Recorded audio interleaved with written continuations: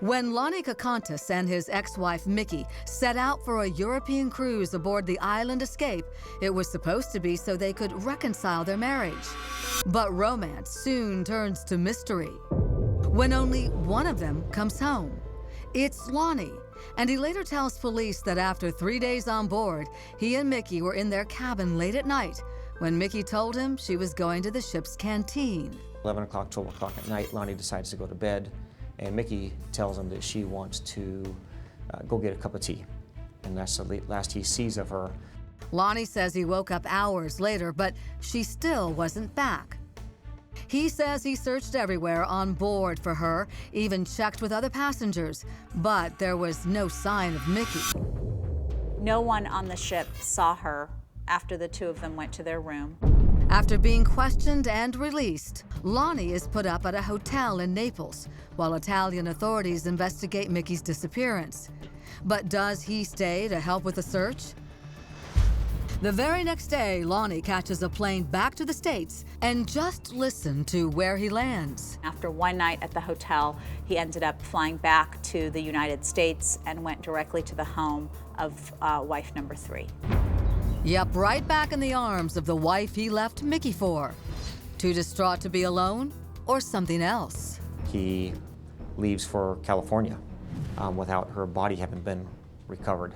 You know, I can't speculate as to why he did this. You would think that maybe he would want to stay and want to help the investigators and the local police to find her.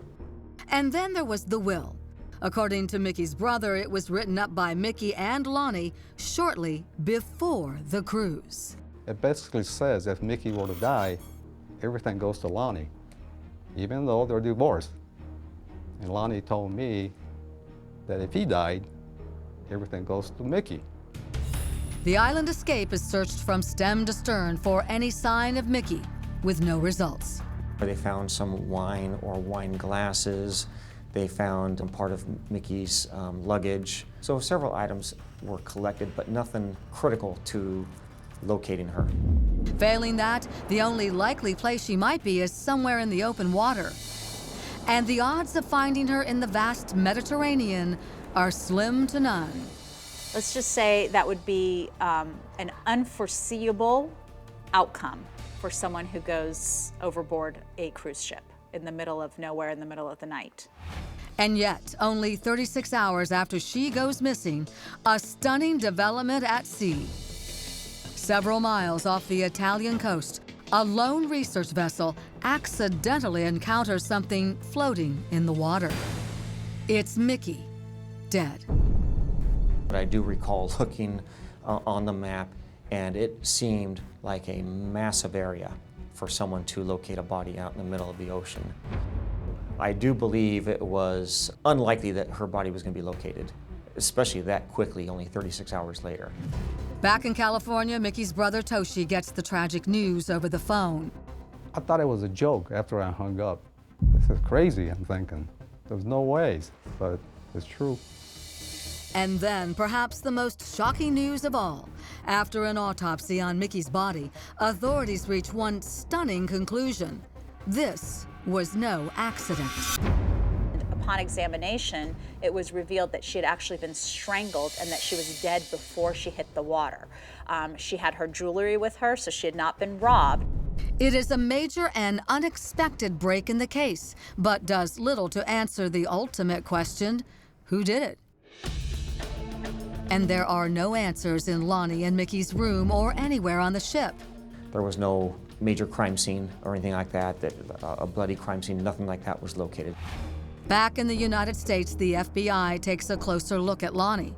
He is not charged with the murder, but there are plenty of questions about his actions leading up to that fatal cruise. This is a man who's never traveled outside the United States, and all of a sudden he got a passport here in California. It was known as a cheap and cheerful cruise ship that was geared towards working class Britons. And it appears that he did research about it. It really was a very much off the radar for Americans type of cruise. It was not marketed in the United States. And then there's the cruise ship itself. Not exactly a luxury liner, This cruise ship is a converted freight ship. When Americans especially think about a cruise ship, this is a converted freight ship. In fact, the balconies are actually welded on to the limited rooms that have balcony access. But it does have some features that prosecutors say may have appealed to Lonnie Kakantis.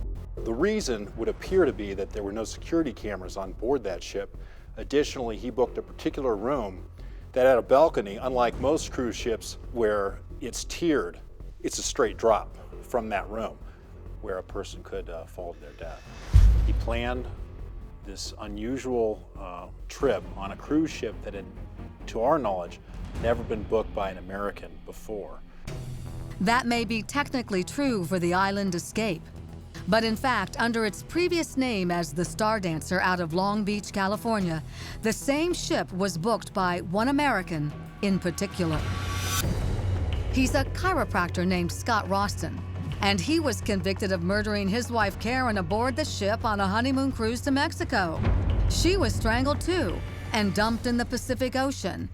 Micki's brother Toshi finds that quite telling. And when I read that Karen Roston's incident, I go, wow. It's like, maybe he read this article. And now, as the FBI moves to build a case against Lonnie, he gets the support of none other than his third wife, the same one he dumped after a short marriage before returning to Micki, and the first one he turned to after somebody dumped Micki into the sea. Her testimony will later be of special interest to Lonnie's defense attorney, Corinne Ferrantino. She ultimately testified before the federal grand jury. In general, it was that he was distraught over what had happened, that he couldn't understand what had happened, and was very upset. He is also backed by a friend who is also a private investigator. He was, I think, Lonnie's biggest supporter of his credibility for being a nonviolent person and that he would never do anything like this. But hold on, this isn't even close to the end of the story. Next. We believe that we have a case that demonstrates very clearly that Lonnie Kakantis killed Micki Kanesaki on the cruise ship that night. A surprise twist leaves everyone stunned, and witnesses abandon ship. These witnesses that have now come forward years later and changed their stories, I find that to be incredible.